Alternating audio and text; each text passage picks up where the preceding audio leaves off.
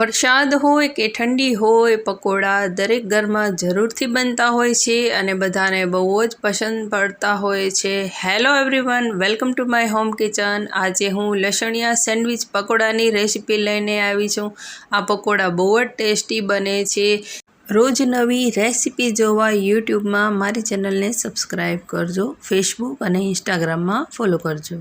તો ચાલો શરૂ કરીએ લસણિયા સેન્ડવિચ પકોડા। તે માટે સૌથી પહેલાં 8 થી 10 કળી લસણ લઈ તેમાં થોડું મીઠું એડ કરી અને તેને ખાંડી લેવું।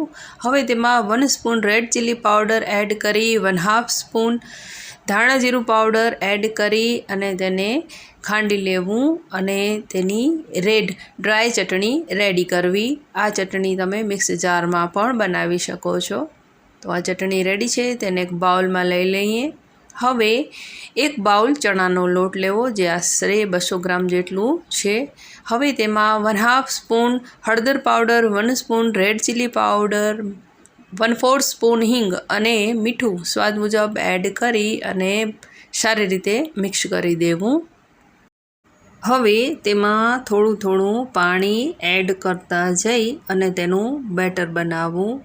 તો સૌથી પહેલાં મેં એક નાની વાટકી જેટલું પાણી એડ કર્યું છે અને આંગળી વડે આ રીતે સતત એક જ ડિરેક્શનમાં ફેટી અને તેનું બેટર બનાવવું।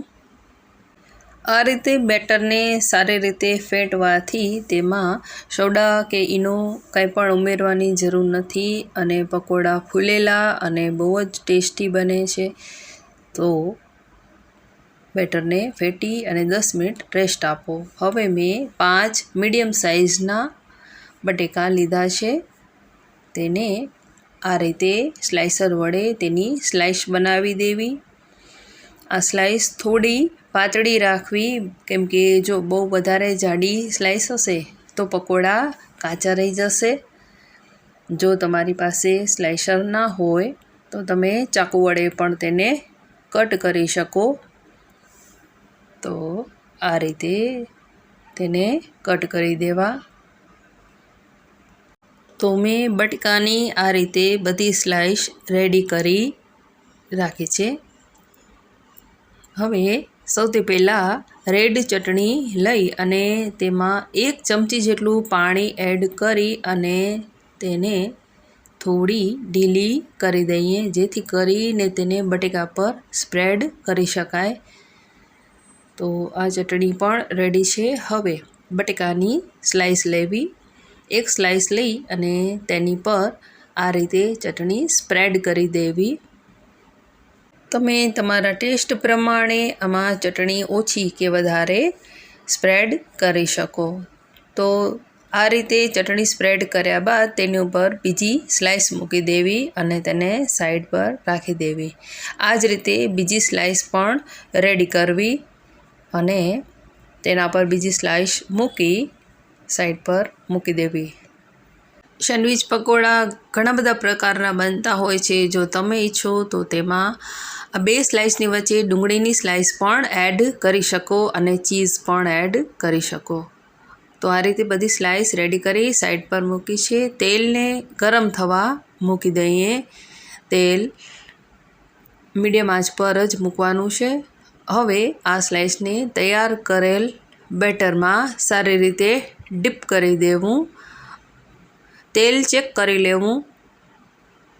તો આ રીતે થોડું બેટર એડ કરી તેલ ચેક કરું તો તેલ આવી ગયું છે। તેમાં હવે આ પકોડા તળવા માટે મૂકીએ।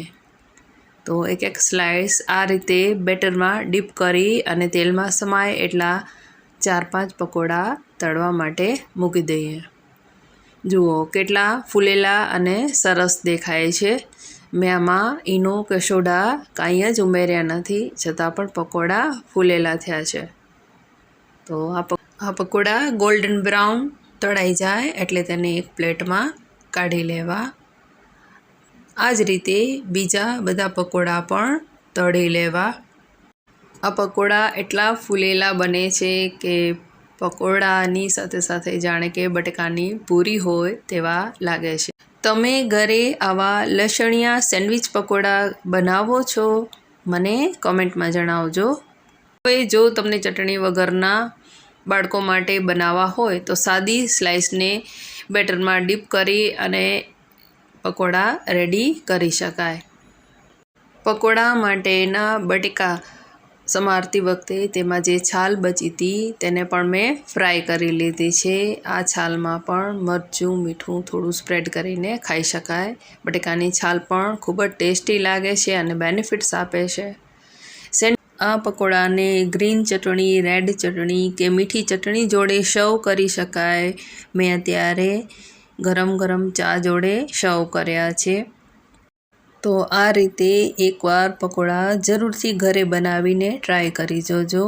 સેન્ડવિચ પકોડાની રેસિપીનો આ વિડીયો તમને કેવો લાગ્યો મને કોમેન્ટ કરજો.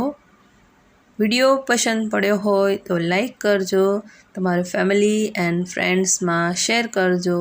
ફરી મળીશું નવા વિડીયો સાથે. ત્યાં સુધી બાય બાય.